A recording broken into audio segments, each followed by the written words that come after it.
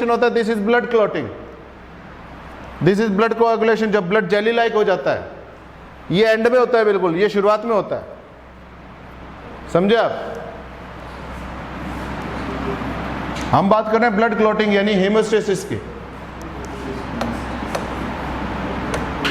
मिटा दूं?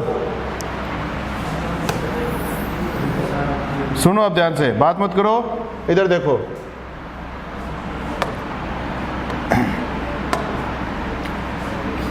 तीन पार्ट हैं स्टेसिस के, वैसे दो हैं बेटा, 1 and 2, लेकिन मैं आपको बता दूं कुछ बुक्स 3 लिखती हैं, फर्स्ट, सेकंड और थर्ड। फर्स्ट में क्या होता है? वासो कंस्ट्रिक्शन, उस पर्टिकुलर एरिया का कंस्ट्रिक्शन। सेकंड में क्या होगा? Platelet plug to stop bleeding. Third में क्या होगा? जो स्टेबल लास्ट में था, स्टेबल फैक्टर, ये स्टेबल फैक्टर तो अलग होता है बेटा, ये फाइब्रिन जो होती है, स्टेबल फाइब्रिन बन जाता है, वो खरून जिसको बोलते हो आप, फाइब्रिन फॉर्मेशन, फिब्रिन फॉर्मेशन। ये 3 है ना। समटाइम्स हम इसको नहीं गिनते, इसी को 1 2 गिन लेते हैं, ठीक है।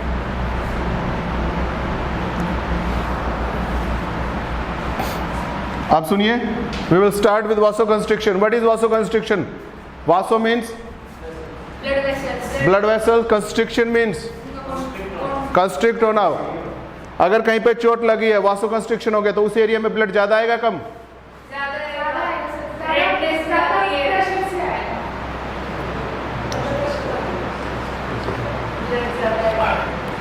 कहीं पे चोट लगी, उस एरिया का ब्लड वेसल कंस्ट्रिक्ट हो गया, उस एरिया का, तो कम आएगा ज्यादा आएगा?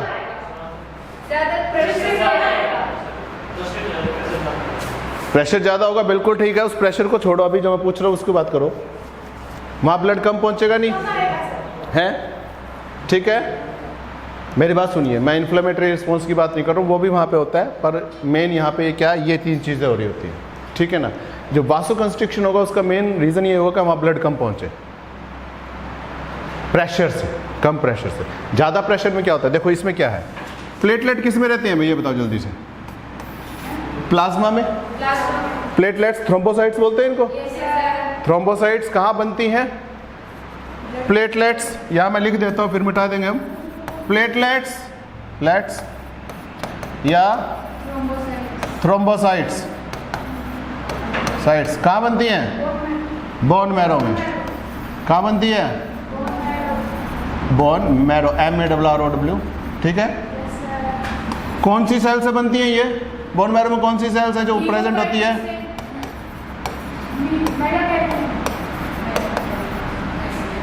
ठीक है, ये प्रोजेनिटर इनकी, इनसे बनती है प्लेटलेट्स। इनका फंक्शन क्या होता है प्लेटलेट का? ब्लड क्लॉटिंग में हीमोस्टेसिस 1, सॉरी ये वासोकंस्ट्रिक्शन, ये प्लेटलेट प्लग, ये इनकी वजह से होता है ना। अच्छा, पहले वासोकंस्ट्रिक्शन हो गया, फिर प्लेटलेट प्लग। यहाँ पे देखो क्या हुआ, इधर मान लो चोट लगी है, तभी तो ब्लीडिंग हो रही है बाहर, हमें ब्लीडिंग तो स्टॉप करनी है, समझ में आ गया? ठीक है, तो क्या होता है बेटा, यहाँ से ब्लड होता है ना, प्लाज्मा जो होती है उस प्लाज्मा में रहती है सारी की सारी सेल्स, तो तुम्हें पता ही है ब्लड की सारी सेल्स प्लाज्मा में ही फ्लो करती है ना, ठीक है। क्या होगा जब ये इंजरी होती है तो कुछ फैक्टर रिलीज करेगा ये एंडोथीलियम, ये भी, और वो फैक्टर्स होंगे, और उसकी वजह से क्या होगा, प्लेटलेट यहाँ पे अट्रैक्ट होती हैं, इसके वाली सारी प्लेटलेट इधर अट्रैक्ट होना शुरू होंगी इस पर्टिकुलर एरिया में, और यहाँ पर आकर वो क्या करेंगी, एग्रीगेट हो जाएंगी ऐसे ऐसे, और एक प्लग बना देंगी ताकि किसको स्टॉप कर दे, ब्लीडिंग को। ये होता है प्लेटलेट प्लग, ठीक है ना। प्लेटलेट क्या होती है, स्टिकी बन जाती है, कुछ ऐसे प्रोटीन फैक्टर रिलीज होते हैं, ग्लाइकोप्रोटीन, जो कि आपस में प्लेटलेट को ऐसे जोड़ देंगे और वो चिपक जाएंगे आपस में, और ऐसे क्लोट ये बना देंगी, ठीक है ना। और प्लेटलेट जब बनाती है तो उसको भी कॉल इट थ्रोम्बस। बताया था आपको हार्ट में याद है, एथेरोस्क्लेरोसिस, एथेरोस्क्लेरोसिस वो प्लाक फॉर्मेशन थी ना, फिर नीचे इंजरी होती है तो प्लेटलेट आती है, तब बनता है थ्रोम्बस, याद है? और फिर वो ब्लॉकेज कर देता है कॉर्नरी आर्टरी में, जिससे हार्ट अटैक आ सकता है, याद है ना? अच्छा, ये थ्रोम्बस हुआ, ये फर्स्ट पार्ट हो गया। अब सॉरी वासोकंस्ट्रिक्शन सेकंड हो गया। अब आता है फिब्रिन फॉर्मेशन। यहाँ पर देखिए ये होता है कैस्केड सिस्टम। इसका कैस्केड सिस्टम में क्या होता है?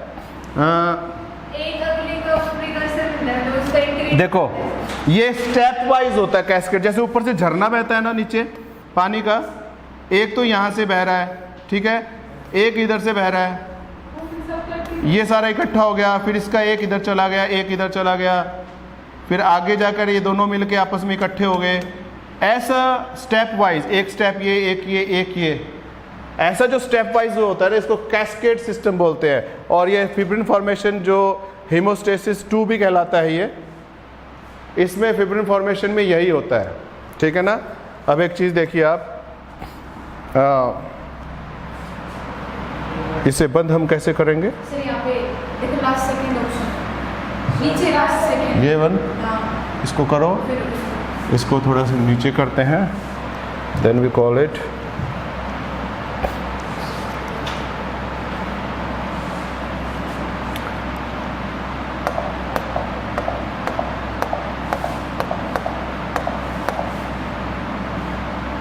चलो स्टेजेस की बात नहीं करेंगे हम, इसकी बजाय हम क्या देखेंगे?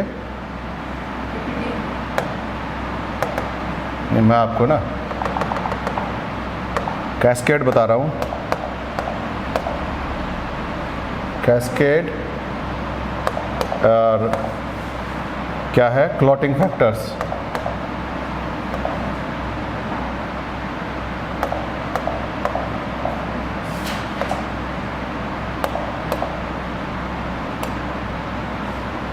इमेजेस में जाते हैं हम लोग, ठीक है, कोई भी एक ले लो आप, सब में समझ जाओगे मैं क्या कहना चाह रहा हूँ। देखो बेटा, ये कौन सा है भाई? 12 है, 11, 9, 8, ये सारे आपको फैक्टर दिखाई देंगे। These are clotting factors. इनको नाम दिया गया 1 2 3 4 5 6 7 8 9 10 11 12 12 A 12 ये देखो 10A भी है, 9A भी है, 11A भी है, ये सब फैक्टर्स हैं, ठीक है। पहले तो मैं तुम्हें ये बता रहा था, ऐसे ये पाथवे होता है। लास्ट में इससे क्या बनने वाला है? फाइब्रिन। क्या बनेगा? फाइब्रिन। इसके दो पाथवे हैं, ये इतना डीप में हम नहीं जाएंगे, आपके सिलेबस में नहीं है। एक है इंट्रिंसिक, एक है एक्सट्रिंसिक, ठीक है ना। दोनों में फर्क क्या है बेटा? एक्सट्रिंसिक मतलब बाहर से चोट लगी तब जो स्टार्ट होगा। इंट्रिंसिक जब अंदर कहीं चोट लगी है, अंदर कोई ब्लड वेसल फट गया या कहीं चोट लगी इंटरनल, तब जो होगा। इंट्रिंसिक मतलब अंदर किसी ब्लड वेसल में, बाहर से जो चोट लगी है वो एक्सट्रिंसिक। ये दो है इसके, समझ में आ गया आपको? एक्सट्रिंसिक। लेकिन दोनों में फाइनली क्या बनने वाला है? फाइब्रिन। ये वही है फाइब्रिन जिसको हम क्या कह रहे थे? हाँ, खरून बोलते हो जिसको आप, वो, ठीक है। फैक्टर कितने हैं? 12। अभी मैं आपको एक लिस्ट दे रहा हूँ यहाँ पे क्लॉटिंग फैक्टर्स की, वो लिस्ट देख लो कि कौन सा। इसमें लिस्ट में सारे नहीं है इंपॉर्टेंट, लेकिन कुछ एक इंपॉर्टेंट है। जैसे कैल्शियम नंबर कौन सा है?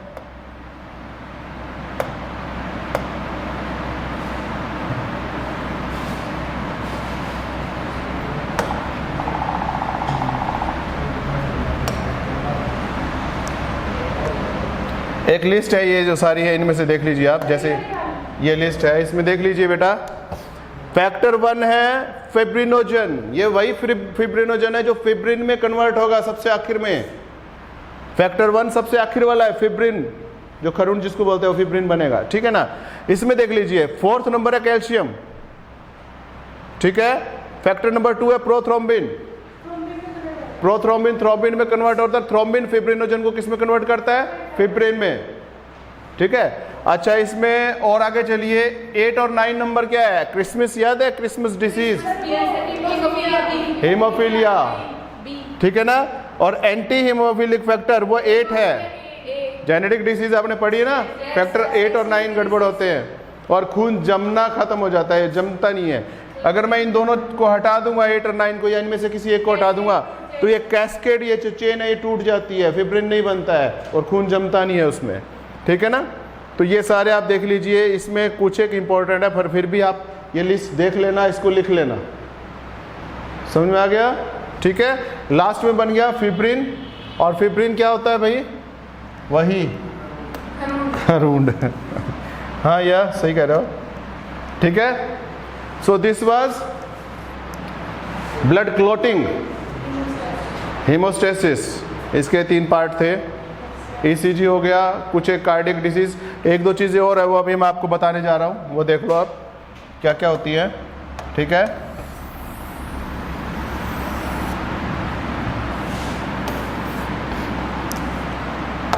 हार्ट से रिलेटेड और क्या चीज़ हो सकती है भाई? कोई और बीमारी? कार्डियक, ये तो मैंने आपको पहले बता दिया था, ठीक है। हाइपरटेंशन बता दिया, हाँ चलो गुड। इसको देखना घर पे जाके, ये क्या कभी आपने नाम सुना है? चलो, टेट्रोलॉजी ऑफ फैलेट नाम सुना है भाई किसी ने कभी? मैं ये कहूँ कि आपके एनसीईआरटी में है, तो कौन कौन शर्त लगाएगा?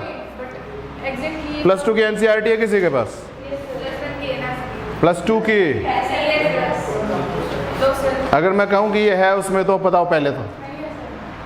नाम तो नहीं है, इसके भी नहीं है। हाँ? ये नाम नहीं है एग्जैक्टली, और कुछ होगा। ओके ओके, पहले ये बताओ। सप्लीमेंट्री में नहीं, किसी साइंटिस्ट के उसमें होगा। ये अब है ना, ये साइंटिस्ट में होगा या किस में हो जाएगा, होगा, ये रहने दीजिए, ठीक है ना।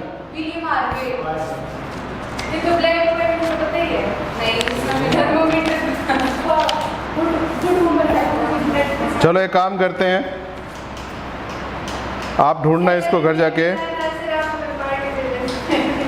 घर में जाके ढूंढना इसको कौन से पेज में है और या नहीं है, ठीक है। अब सुनिए, इसके 4 टेट्रोलॉजी ऑफ फैलेट क्या है? जब बच्चे के अंदर हार्ट फॉर्मेशन हो रही होती है, ठीक है ना। Heart one of the first organ है, वन ऑफ द बोल रहा हूँ, सबसे पहले हार्ट क्या बनता है बच्चे के शरीर में? न्यूरल क्रेस्ट बनता है ना, नर्वस सिस्टम बनता है एक्टोडर्म से सबसे पहले, उसके बाद 2nd to 3rd मंथ में हार्ट आ जाता है, ठीक है ना, हार्ट आ जाता है जल्दी। अब जब हार्ट बनता है ना, तो उस दौरान कुछ एक स्ट्रक्चरल एनोमलीज, यानी कि हार्ट ढंग से ना बने बच्चे के बॉडी में, तो उसकी वजह से ये 4 चीजें होती है, टेट्रोलॉजी ऑफ फैलेट बोलते हैं उसको। ये कंजेनाइटल होता है, कंजेनाइटल बाय बर्थ। कंजेनाइटल का क्या मतलब है? कोई भी चीज, बीमारी, सॉरी, कंजेनाइटल, कंजेनाइटल मतलब बाय बर्थ है। तो इन 4 में से एक चीज है जिसको आप बोलते हैं ना दिल में छेद हो गया। एक्चुअल में क्या होता है वो, जैसे हार्ट है, 2 एट्रियम है और 2 वेंट्रिकल है, यहाँ बीच में क्या है? ये वाल्व है, ठीक है। इस साइड कौन सा ब्लड रहता है? ऑक्सीजनेटेड या डीऑक्सीजनेटेड? डीऑक्सी रहता है इधर, और इस साइड क्या रहता है? कभी आपस में मिलते हैं क्या? लेकिन अगर ये सेप्टा है और इसमें छेद है तो ये आपस में मिल जाएंगे। अब आप कहेंगे कि सर ये छेद क्यों होता है? गुड क्वेश्चन है ना। जब बच्चे का हार्ट विकसित हो रहा होता है, डेवलप हो रहा होता है, तब ये छेद धीरे धीरे बाद में भरता है। इवन अगर छेद छोटा है बच्चे के, पहले तो ये सेप्टा में होता है, याद रखना, ठीक है ना। इवन अगर ये छेद छोटा होता है ना, तो ये बच्चे के जन्म के बाद भी हील हो जाता है, बड़ा नहीं होना चाहिए, ठीक है। अच्छा, अगर ये छेद नहीं भरेगा, ये होल नहीं भरेगा, तो क्या होगा? क्या मैं ये कह सकता हूँ कि ऑक्सीजनेटेड डीऑक्सीजनेटेड ब्लड मिक्स होंगे? जब वो मिक्स होंगे तो मैं ये कह सकता हूँ कि पूरी बॉडी को डीऑक्सीजनेटेड ब्लड भी मिल रहा है, यानी कि ऑक्सीजन और जो CO2 है, इसका जो एक्सचेंज है वो सब गड़बड़ हो गया। ऐसे इंसान को एनर्जी रहेगी क्या बॉडी में? अगर वो बच्चा है या बड़ा है, वो बिल्कुल क्या रहेगा? बिल्कुल सुस्त रहेगा, एनर्जी बॉडी में नहीं रहती है। ज़्यादा बड़ा है तो उससे क्या होगा? डेथ भी हो सकती है बेटा इससे, ठीक है। समझ में आया? तो क्या कह रहे हो? क्या क्या बोलो क्या कह रहे हो? हैं? ये आपका होमवर्क है। मैंने एक बता दिया, हार्ट में छेद होता है ना, बाकी 3 क्या है कल मुझे बताओगे? ओ महाराज, बाकी 3 बताओगे क्या होते हैं? एक मैंने बता दिया टेट्रालॉजी फैलेट में, बाकी 3 बताओगे, ठीक है? इसके बाद इसको ऑपरेट करके ठीक कर सकते हैं, ऐसी वो नहीं होता, इतनी बड़ी बीमारी नहीं है। एनसीईआरटी में देखो, ये जरूरी थोड़ा ना कि हो, मैं तो कह रहा हूँ कि एनसीईआरटी में है। हो सकता है मैं गलत हूँ, बिल्कुल हो सकता है, इंसान हूँ भाई, और कई बार तुम्हें गोली देनी पड़ती है, तो इस चक्कर में तुम एनसीईआरटी तो पढ़ लोगे। अच्छा, ऐसा हो सकता है कि बच्चों चैप्टर भी बता देता हूँ, जेनेटिक्स वाले नहीं है, उसमें भी 3 चैप्टर है, 3 में से कहीं पे भी हो।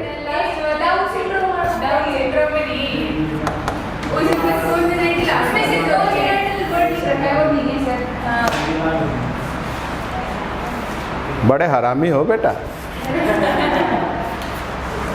हाँ ठीक है, एनसीईआरटी में नहीं है भाई, चलो ठीक है।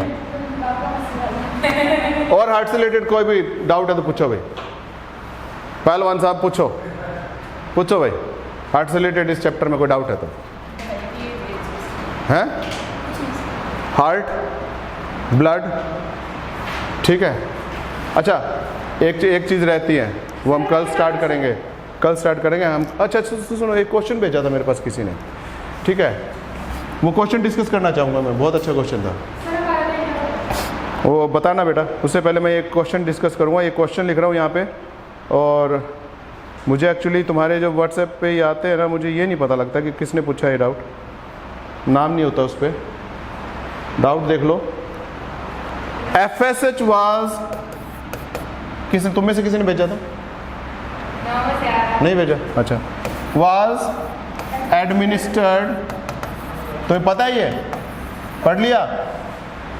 होता ही है क्वेश्चन में, to some rats whose anterior pituitary was removed, क्या क्या होगा? रुक जाओ, मैं चॉइस बोल रहा हूं, उसमें से बताना।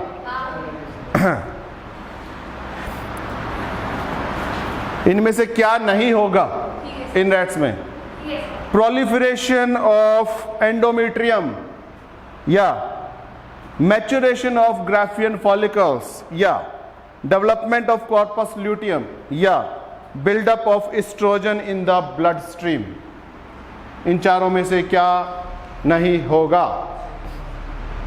प्रोलिफरेशन ऑफ एंडोमेट्रियम, ये फर्स्ट है, रुक जाओ। दूसरा है maturation of a Graafian follicle, ये नहीं होगा इनमें। थर्ड है इसमें डेवलपमेंट ऑफ कॉर्पस ल्यूटियम, नहीं होगा। चौथा है इसमें buildup of oestrogen in the blood stream होगा। आपका आंसर बी है, ग्राफियन फॉलिकल मैच्योर नहीं हो, मतलब डेवलप नहीं होंगे, मैच्योर नहीं होंगे, या डेवलप नहीं होंगे, मैच्योर नहीं होंगे, ठीक है। ए क्या था? Proliferation of endometrium. सी क्या था? कॉर्पस ल्यूटियम नहीं बनेगा। डी क्या था? एस्ट्रोजन ब्लड में ज़्यादा आ जाएगा। बोलो, उड़ गए तोते? कॉर्पस ल्यूटियम वाले आएगा। कॉर्पस ल्यूटियम, हाँ। ओके जी, दूसरा मिल गया। और बताओ, एक मिनट रुक जाओ, ऑप्शन एक बार रिपीट कर दो। थर्ड है वो, लाइन बोल दो एक बार please. Development of corpus luteum, बस तो यही नहीं होगा। ठीक है, रुक जाओ, आप बताओ जी।